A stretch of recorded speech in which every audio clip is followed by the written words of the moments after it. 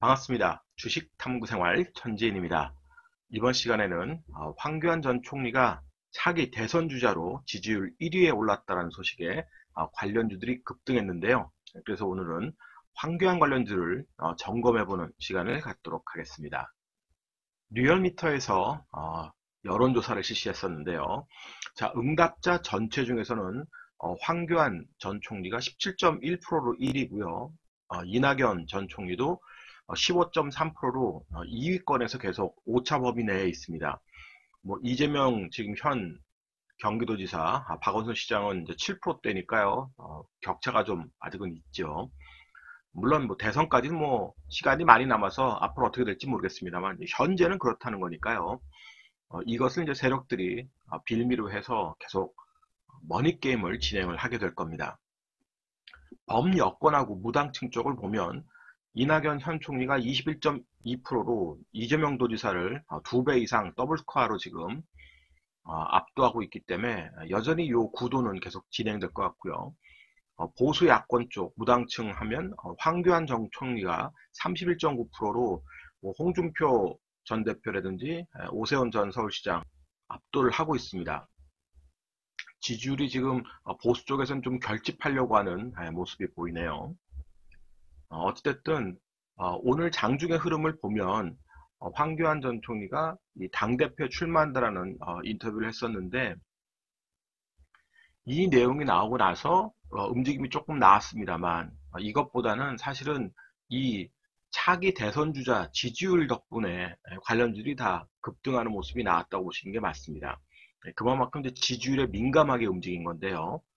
그런 황교안 관련주들 차트를 보면서 조금 주가의 위치를 보겠습니다. 자, 오늘 상한가에 등극한 우진플라임 보시면 자, 원래 대장주가 아니었죠. 후발주였던 우진플라임이 대량 거래를 만들고 1차 시세를 주고요. 눌림목이 깊어졌습니다. 그리고 2차 시세 때는 또 매물을 받고 거래량도 어느 정도 만들면서 다시 되밀렸어요. 그래서 바닥권에 박스권을 만들었습니다. 이렇게. 그러나 이런 박스권을 돌파를 좀 시도를 하려고 하는데 상한가로 일단 돌파 시도를 하려고 하는 모습이 나왔어요. 그런데 거래 대금이 166억밖에 안 됩니다. 거래량 자체가 많지 않다라는 거. 그러나 박스권 돌파를 상한가로 지금 만들려고 하는 의지를 보였기 때문에 계속 관심을 가질 필요가 있죠. 오늘 상한가에 진입한 우진플라임이나 국일신동 같은 종목들 보면 대장주는 아닌데 후발주들이 계속 눈치 보기를 하다가 대장주들의 수익폭이 워낙 크다 보니까 대장주들은 조금씩 쉬어가는 분위기에서 오히려 강세를 만들었다는 소리입니다. 자, 국일신동 박스권을 돌파하면서 강한 상한가를 만들었습니다. 거래 대금도 500억대가 터졌기 때문에 좋고요. 그래서 우진프라임의 그런 이 주가의 위치보다는 국일신동의 주가의 위치가 좀 좋습니다. 물론 약간 좀 지저분한 맛은 있어요. 국일신동도 굉장히 변동폭이 큽니다. 그래서 요번 상한가 갔을 때 요 앞전에 고점 자리 요게 한 5,800원 정도가 되는데요. 이 5,800원 정도 자리를 얼마나 유지를 할 수 있는지가 되게 중요하겠죠. 이 위에서 주가가 놀면 계속해서 머니 게임이 진행된다고 보시고요. 자, 앞전에 이제 7,000원대 진입하게 되면 또 고점이 있습니다. 그래서 바로 뛰어넘는 것보다는 매물 소화를 하면서 움직이는 편이 낫겠죠. 자, 그래서 지금은 대장주들이 좀 쉬어가면서 후발주들이 올라오려고 하는 그런 움직임들이 나온다라고 여러분들이 보셔야 됩니다. 그럼 대장주의 주가 위치를 또 볼게요. 자, 한창대지 대장주의 역할을 지금 충분히 하고 있죠. 오늘도 뭐 장중에 급등을 했습니다. 약 26% 정도 급등을 했었는데요. 대량 거래 수반했고요. 거래 대금이 무려 2,900억입니다.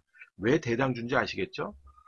그러나 이미 주가가 많이 올랐기 때문에 매물 압박을 차익 실현 욕구가 많이 나오는 구간이 됩니다. 그래서 계속 급등하는 것보다는 매물을 좀 받으면서 매물 소화 과정이 나와야 되겠죠. 이렇게 이제 매물 소화 과정이 필요하다는 소리입니다. 이런 식으로 눌림목이 주는 그런 매물 소화 과정이 좀 될 때 바닥권에 있는 종목들이 움직일 가능성이 더 많이 있고요. 자, 최근에 이제 신규 대장주 등극했던 아세아텍입니다. 저점에서 뭐 완전히 초급등을 하면서 움직였었죠. 자, 그런데 오늘 약간 고점 신호가 나왔어요. 거래량은 최근 거래량에서 가장 많은 거래량이 터졌습니다. 500억 정도가 넘는 거래량인데요. 그러나 긴 꼬리를 달았다는 것은 이제 매물 압박을 크게 받는다는 소리입니다.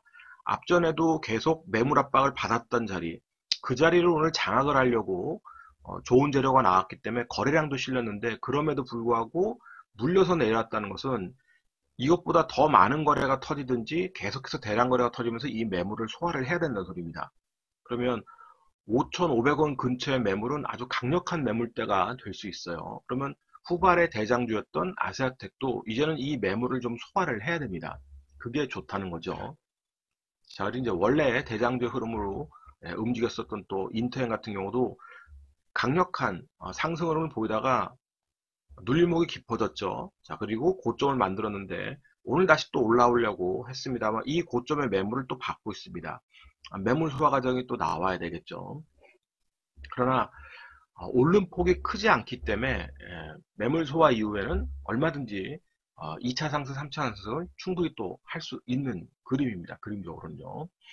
자, 그리고 대형 포장 같은 경우도 보시게 되면, 자, 고점에서 매물을 계속 받습니다. 소화를 좀 해야 돼요. 거래량도 계속 유지가 됩니다만 고점에서 계속 음봉에 피레침 음봉을 맞고 있다는 것은 좋은 건 아니죠. 그래서 대신 이제 이런 것들이 매물 소화가 되면 언제든지 또 치고 나갈 수 있는 힘이 됩니다. 거래량 죽지 않고요. 400억대 거래량을 오늘도 만들었습니다.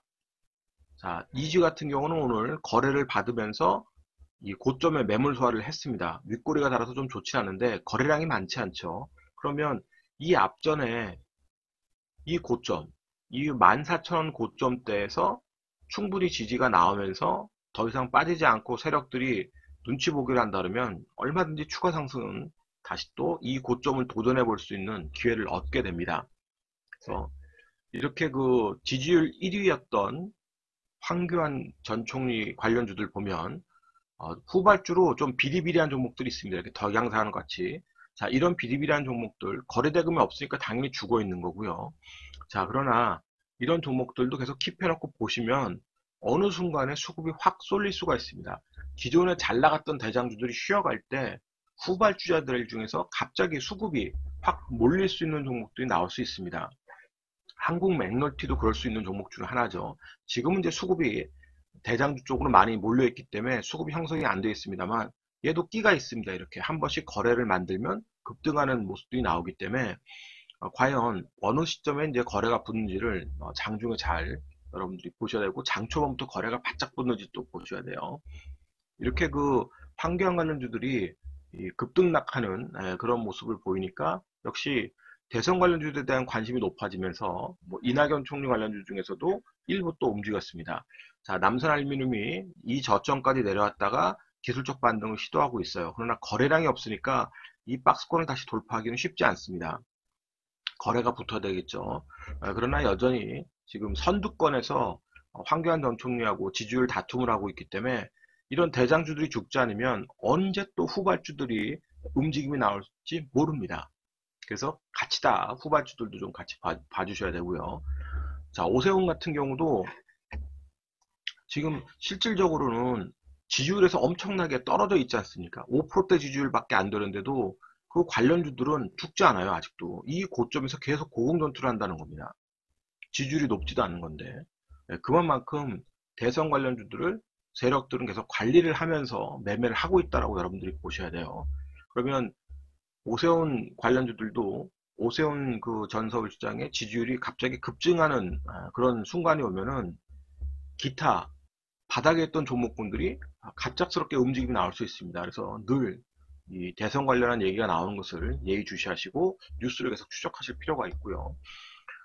홍준표, 뭐 유승민 관련주로 많이 알려져 있는 뭐 새우글로벌이라든지 이런 종목들도 오늘 거래량이 없는 상황에서 움직임이 좀 곁다리로 나왔습니다. 그러나 역시 지지율 차이가 있기 때문에 여러분들이 이제 확대석은 경계하시고 수급 붙을 때만 좀 봐야 돼요. 자, 두월산업 같은 경우도 마찬가지로 지금 움직이고 있는데 거래량이 별로 없습니다. 거래량 조금 더 터져줘야 되겠죠. 자, 대신정보통신 같은 경우도 지금 이렇게 움직임들이 나오고 있고요. 또 이번 그 여론조사에는 빠져 있습니다만 결국은 또 세력들은 스토리를 만들어가면서 유시민 관련주들을 또 움직이게 될 겁니다. 자, 보회양조 같은 경우도 고점에서 이제 기술적으로 이 눌림목이 나올 수 있는 자리까지 또 빠졌었습니다. 그러나 기술적 반등이 조금 나왔죠. 좀 지지부진할 겁니다. 왜냐하면 본인 스스로가 계속해서 자기는 대선에 안 나선다고 강조를 하고 있기 때문에 지지부진한 모습이 나올 수 있습니다만, 또 조금만 뉴스가 나오면 언제든지 시장에서 또 수급이 붙을 수 있는 종목군들이 됩니다. 그래서 유시민 관련주가 돋보이는 그런 모습은 나올 수 없겠습니다만 계속 킵을 해놓고 좀 보셔야 되고요. 특히 이제 설 연휴가 되면 온 가족이 모이게 되죠. 온 가족이 모이면 또 대한민국에서는 정치 얘기를 안 할 수가 없을 겁니다. 뭐 차기 후보가 누가 나온다더라, 뭐 이런저런 얘기들이 또 등장을 하겠죠. 네, 그러면 설 지난 이후에도 또 한번 이런 그 대선 관련주들은 순환매를 할 수가 있습니다. 오늘 뭐 수소차 관련주들도 일부 또 순환매하는 모습을 보였듯이 세력들이 완전히 이제 고점에서 대량 거래를 터뜨리면서 줄줄이 다 빠져나가는 모습들이 나오지 않으면, 어차피 지금 시장에서 경기가 둔화되고 있는 관점에서 반도체도 꺾여 있고요.